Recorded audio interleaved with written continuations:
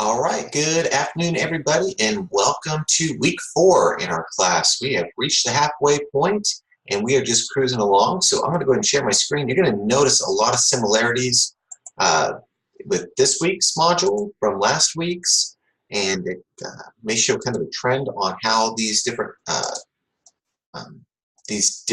projects work in this class. And if you start seeing that you're doing well on your assignments every week or your discussion posts and continue following that trend, you'll be just fine.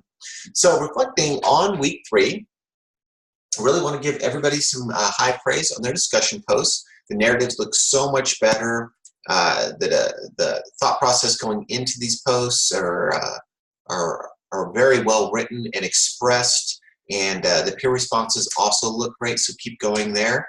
However, I am still worried. I've seen a few people with some APA issues, particularly things like hyperlinks remaining in there, and I know sometimes it can get a little tricky in the course room with those hyperlinks automatically appearing. So make sure before you click submit that you have double checked through and you've eliminated any of that stuff. So just watch out for that. If you're losing points because of APA, make sure you go back and look at the comments so you can make those corrections. You don't lose any points moving forward. All right. A couple of things you may have noticed when you went into the announcement section to get today's video is that there is something there for informal assessment. This is something that we do at St. Thomas about the midway point of every class, where it's an opportunity for you to be able to let me know as your professor how things are going in a more informal way than the formal evaluation that you do at the end of the class.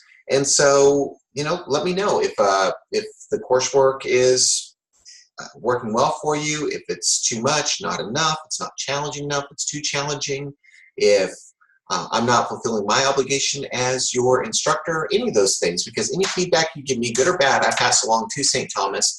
And what I have found over time is that in this informal feedback actually leads to some course changes. So don't just think, well, I'm not going to do anything because they don't do anything with that information. Your feedback is valuable.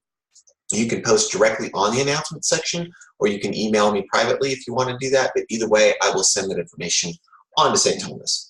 Now, the other piece of information you may have noticed has to do with Easter. I know we're still a little bit away from that. That's coming up. I just want to make sure you're aware that I know that we have assignments that are due on Easter Sunday, but that's also a very important time for all of us and our families.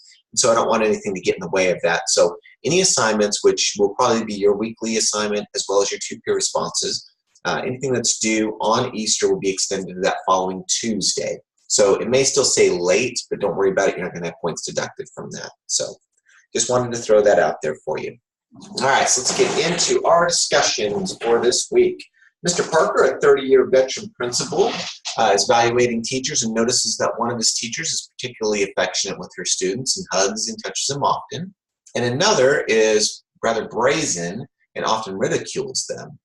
And now he's had parents complain in the past about both of these teachers, but the students like them, and most of the parents actually speak highly of both of the teachers.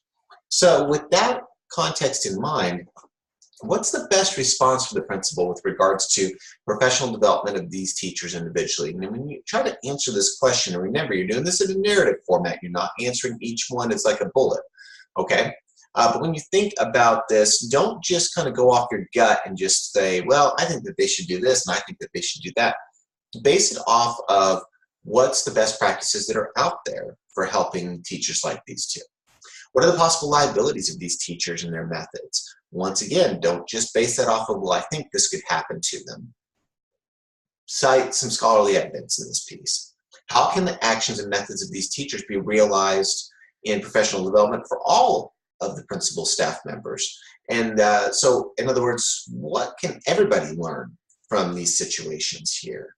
And maybe that kind of bleeds into the very first question asked here. And finally, how can the principal use best practices to address this issue with his staff and with the parents? So that's tricky when you start bringing parents into this too.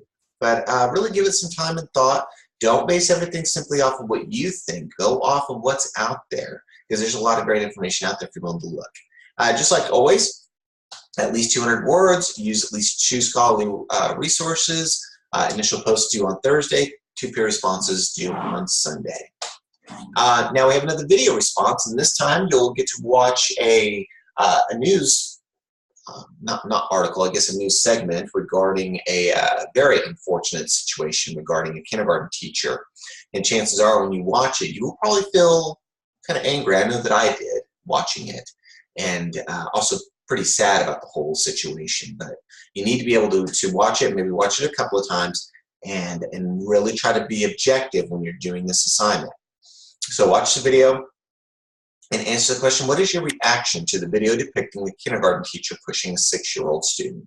Do you feel that the school district handled this unacceptable situation appropriately? Why or why not? And what would you do if you were the principal? Now, it's easy to be able to spend a page or two just going off on basically an opinionated rant about this, but I want you to be objective in this. Think through the whole entire situation here. Do some research. You know that there's been other situations like this out there. What are some things that you can look at from maybe both sides here? And so when you're answering these questions, I don't want it simply a first-person narrative. I want you to be able to be objective in your writing, cite scholarly evidence, and really think through this situation. Because how the school district handles it, they're going to have more authority than a principal too. So you have to kind of think also like school district wise and then building wise. So keep all those things in mind here. And so just like the last one, it needs to be clear and concise. It needs to be 1 to 2 pages in length, excluding your reference page. You don't need a title page for this assignment. And be real careful with your APA. But that's what we have for this week, folks. So just like always, if you have questions, don't hesitate to send me an email. Let me know what you're thinking. If you've been losing points for assignments, make sure you go back, reread where the mistakes are made so you can make those corrections and you don't lose any points moving forward. And just keep working hard. Everybody's doing a great job, so just keep at it, and I will talk to you next week. Take care.